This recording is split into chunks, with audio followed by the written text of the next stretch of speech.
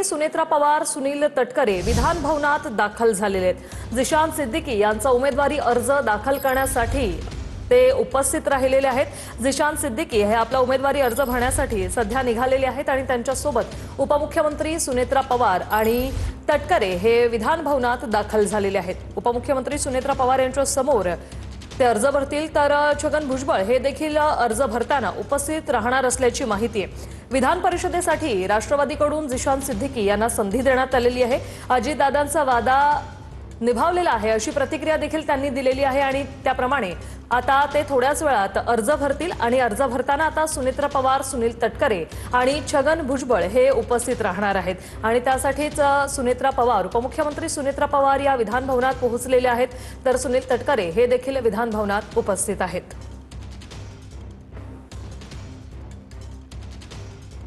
थोड्याच वेळात जिशान सिद्दीकी यांच्याकडून उमेदवारी अर्ज दाखल केला जाईल। छगन भुजबळ हे देखील जिशान सिद्दीकी यांचा उमेदवारी अर्ज भरताना उपस्थित राहणार आहेत। राष्ट्रवादीकडून त्यांना उमेदवारी देण्यात आलेली आहे आणि त्या संदर्भात अर्ज भरण्यासाठी थोड्याच वेळात ते देखील विधान भवनात दाखल होतील।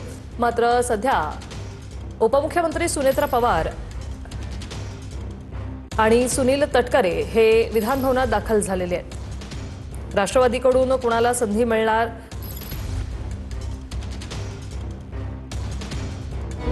अजित पवारांच्या राष्ट्रवादीकडून विधान परिषदेसाठी जिशान सिद्दीकी यांना उमेदवारी देण्यात आली आहे। जिशान सिद्दीकी हे माजी मंत्री बाबा सिद्दीकींचे पुत्र आणि माजी आमदार आहेत।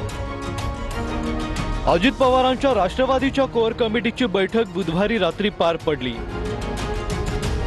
त्याचबरोबर राष्ट्रवादी काँग्रेसने मुख्यमंत्री फडणवीसांची भेट घेतली होती।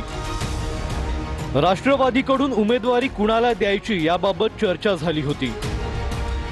याच चर्चेच्या दरम्यान आमदार जिशान सिद्दीकी यांचं नाव आघाडीवर होतं। ये बड़प्पन है हमारी पार्टी का, जैसे मैंने कहा वैनी साहब का, तटकरे साहब का, प्रफुल्ल पटेल जी का, पार्थ दादा का, हमेशा से उन्होंने मुझे एक बेटे की तरह ही माना है और आज भी जब मौका दिया है एक बेटे की तरह मौका दिया है। और मैं जो उनको आश्वासन देता हूँ कि सिर्फ महाराष्ट्र में नहीं देश में युवाओं को जोड़ूंगा, जो लोग मतलब जो गरीबों है, अल्पसंख्यक है और सारे समाज के लोगों को लेके काम करूंगा।